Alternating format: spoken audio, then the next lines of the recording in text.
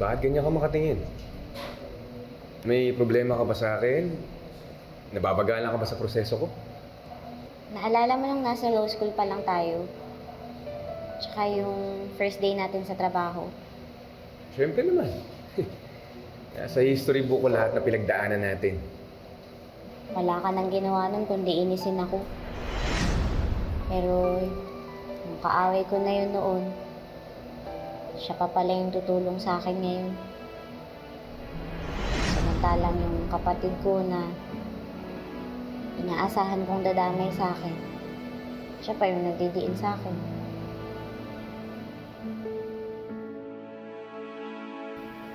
Attorney Renan Alon, this is not just any other case. This is my mother's case.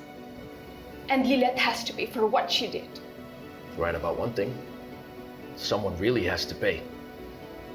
That's why what we need is unimpeachable evidence against the accused.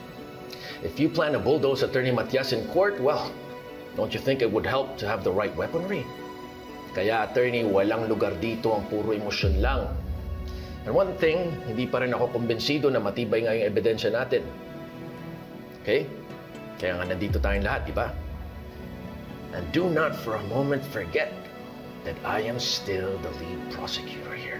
That's enough, both of you. We have a trial to focus on.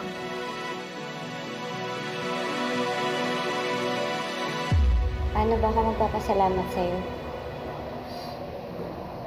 Mag-smile ka lang. Okay na ako dun. I know, it's been a rough couple of weeks.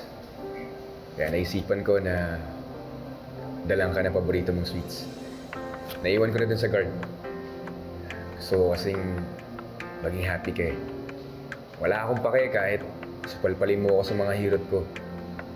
Kung yun ang makakapagpasaya sa'yo, bukas na yun. Grabe ka ah.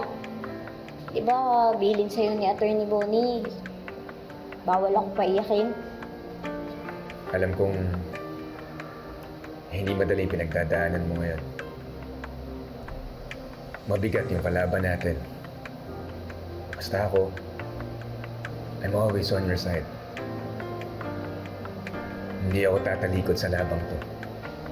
Kaya sana, Lilith, pakatatag ka. Para handa tayo sa trial mo.